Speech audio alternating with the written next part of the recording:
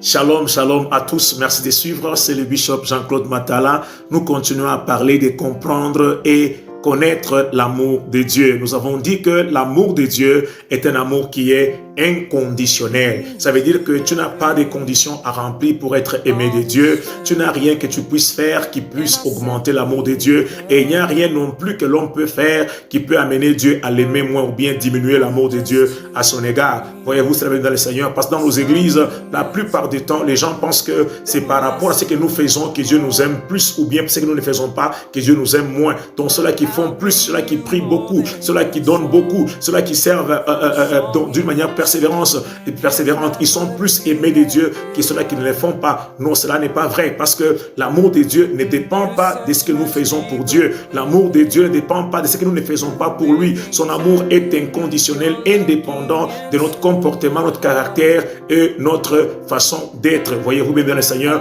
Donc nous devons sortir de ces mensonges-là, de penser que ce sont les choses que nous faisons qui peuvent pousser Dieu à nous aimer beaucoup. Ce sont les choses que nous faisons qui peuvent aimer Dieu à nous aimer moins. Voyez-vous cela, bien évidemment, le Seigneur. Ce n'est pas cela qui est la véritable version de l'amour de Dieu. L'amour de Dieu est indépendant de tout ce que l'homme peut faire. Mais par contre, ce que nous faisons doit être la réponse à la compréhension et la connaissance de l'amour de Dieu. Donc, plus nous connaissons l'amour de Dieu, plus nous comprenons l'amour de Dieu, nous les servirons encore avec beaucoup plus de sérieux, nous les servirons avec beaucoup plus de zèle, avec beaucoup plus d'attachement, parce que nous connaissons, nous avons connu, mais nous avons compris l'amour de Dieu. Donc, les choses que nous faisons dans l'église pour le Seigneur, les choses que nous faisons, les actes que nous posons, les bonnes œuvres que nous faisons ne doivent pas être des choses que nous faisons pour amener Dieu à faire ou bien à nous aimer davantage. Non, les choses que nous faisons, les bonnes choses que nous faisons,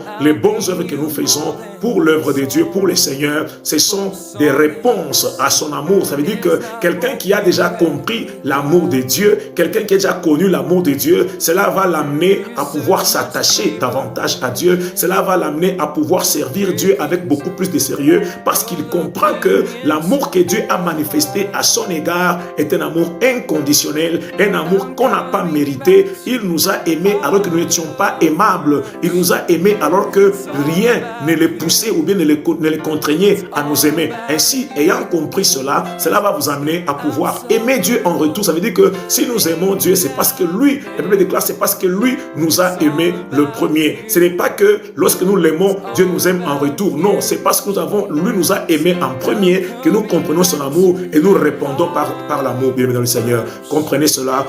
Que Dieu vous bénisse de tous les amours.